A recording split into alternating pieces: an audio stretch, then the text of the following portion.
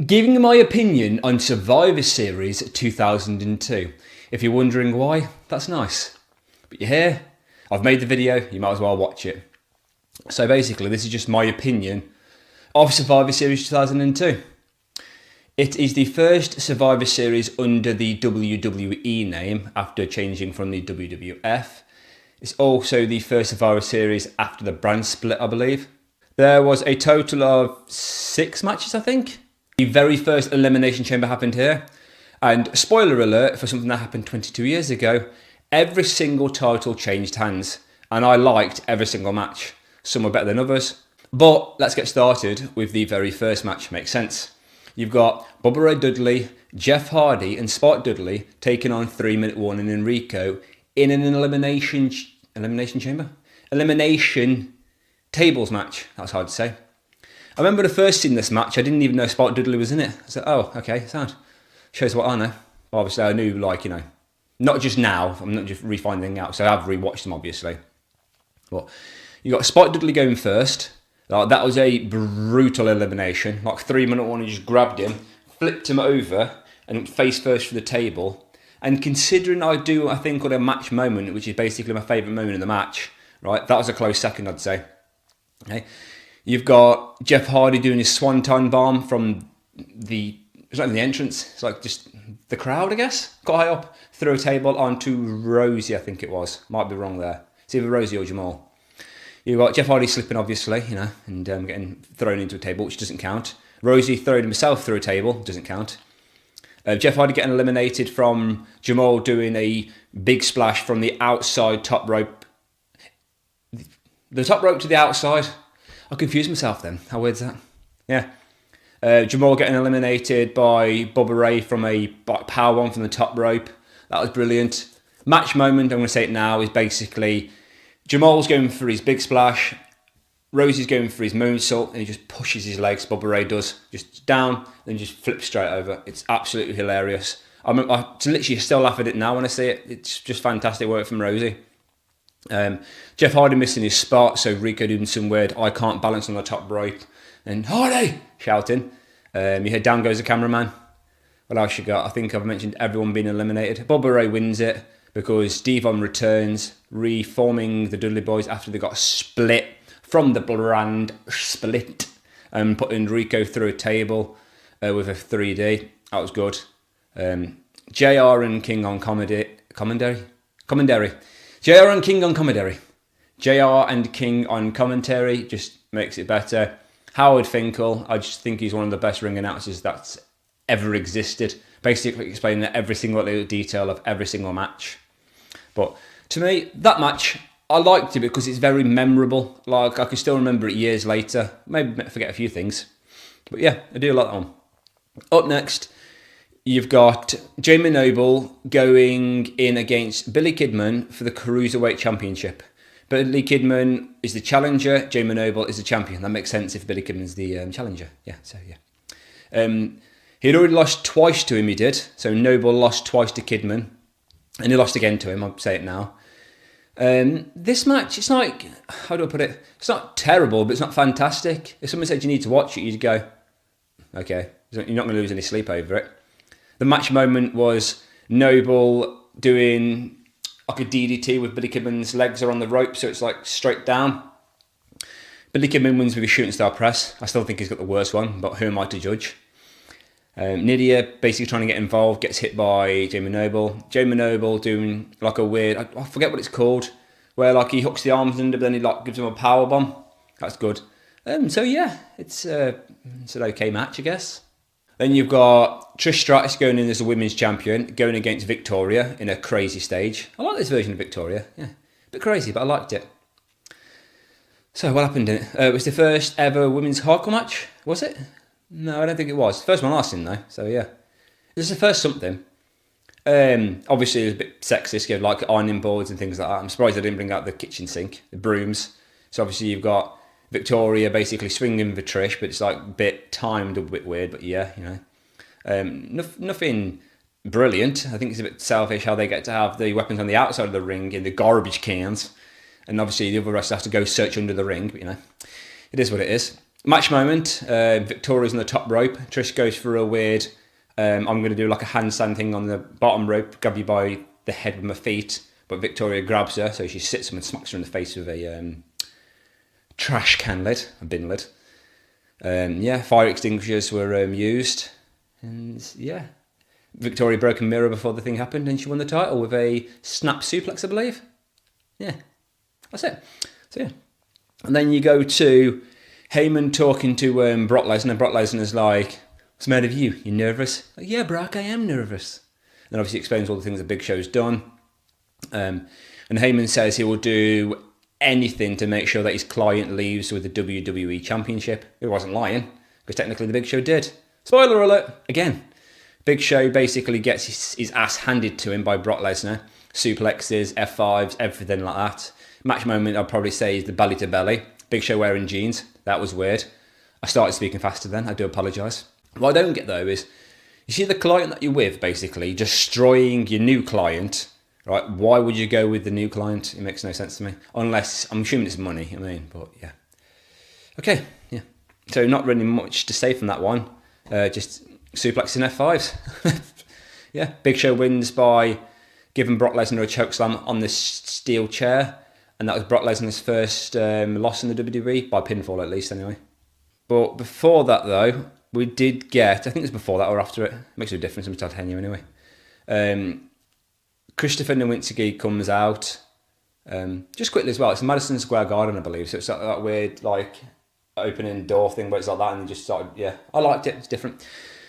Anyway, Christopher Nowinski comes out, if you don't know who he is, it's just Google him. Yeah, he's the geezer that sorts out concussions and stuff, I think. I don't really know. I probably said the wrong thing there. I'm sure people let me know. To tell people of New York. New York? Yeah, it's New York. Where did I think Madison Square Garden would have been? Japan. Yeah.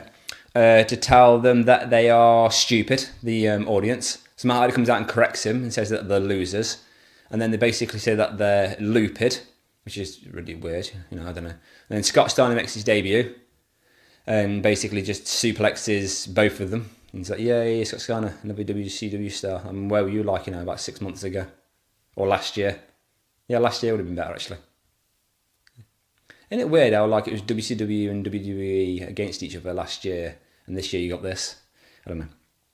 We had a Randy Orton update because he injured his shoulder, surprisingly. He's okay. He was okay. It's fine. Then we got a really, really good tag team match. You've got Los Guerreros versus Kurt Angle and Chris Benoit versus Edge and Rey Mysterio. Edge and Rey Mysterio were the champions. I like this one as well though because it was an elimination match. Also as well, when you've got two people in the ring, you can tag anybody you want to. As long as it's not their partner, that would just be a bit weird. So basically Los Guerreros just tried to stay out of the match as long as they could. Angle and Benoit, they went out first because Benoit thought that Angle hit him with the belt, but it was Chavo Guerrero. And then Edge hit a spear on Benoit. Match moment, you've got Edge throwing Rey Mysterio over his head, landing on Eddie. You can tell Eddie helped him, but it still looked brilliant, honestly. Because obviously if he didn't, it could have gone a lot worse. Chavo hitting Rey in the back after he goes for his West Coast pop. If that's the correct word, yeah. And then you've got Eddie hitting the lasso from El Paso on Rey Mysterio. Rey Mysterio basically having to tap out. So you've got new tag team champions. Those 6 men together in a ring were just brilliant. And you've got Eddie and Rey have already been champions together. Well, obviously not already, but they will in the future. But obviously I've been talking about from now. You've got Edge and Benoit, they were champions together. I believe this was Kurt Angle's only tag team title run. I might be wrong on that one though. Who else you got together? Maybe Eddie and Benoit have been champions together? I don't think they have they? They were in the Radicals together, weren't they? I don't know. Well, basically, any of the 6 men you put in a ring together, you know you're going to have a decent match. Then we go on to the very first Elimination Chamber. First out comes Eric Bischoff, just slapping it, basically, yeah. Right, and what I realised as well is the way they entered the ring is the way they were released from the pods. So you've got Jericho coming out first, while Saliva's singing King of My World. They also sung the video package as well. I just think they don't do it as good anymore these days. And then you had, I think it was Booker T, then Kane, then Shawn Michaels, then RVD, then Triple H. So you had RVD and Triple H starting, but the first person to get released from the pod was Jericho, entered first. Then you had Booker T, entrance was second. Then Kane, then Shawn Michaels. I might be wrong there, but if I am, I will. Yeah. So RVD and Triple H starting. Triple H got busted open pretty easy. RVD looked like he was getting the upper hand until basically Jericho grabbed his leg through the pod. That's the word I'm looking for. Then Jericho got released, basically like a 2-on-1.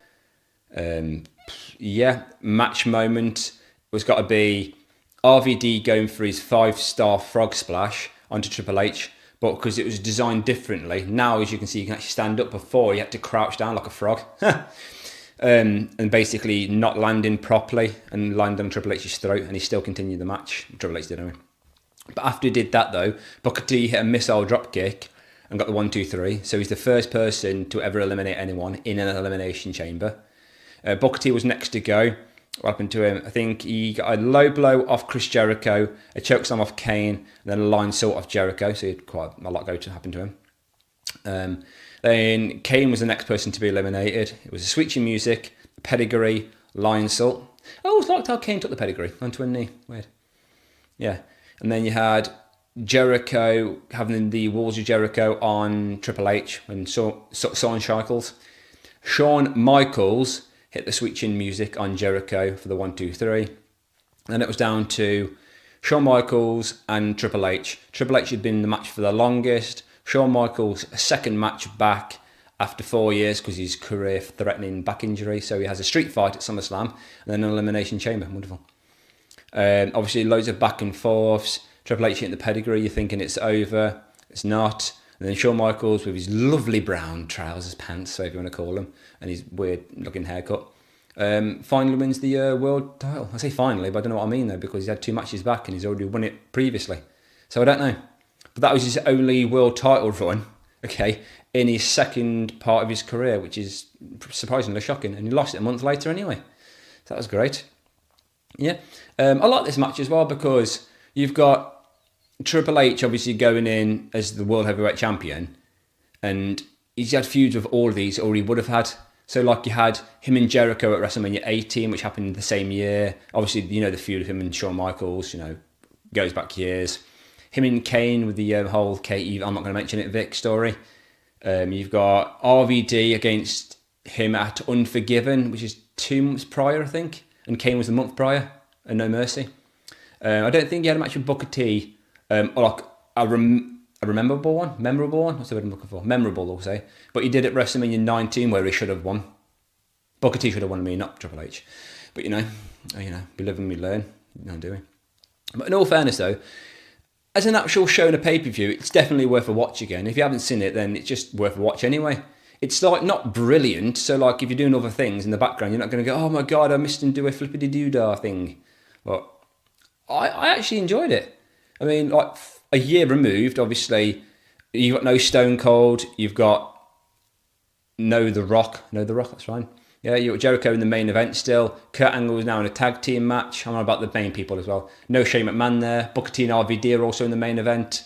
Big Show's in the world title match. No Undertaker because he was taken out by the Big Show. And Kane in the world title match.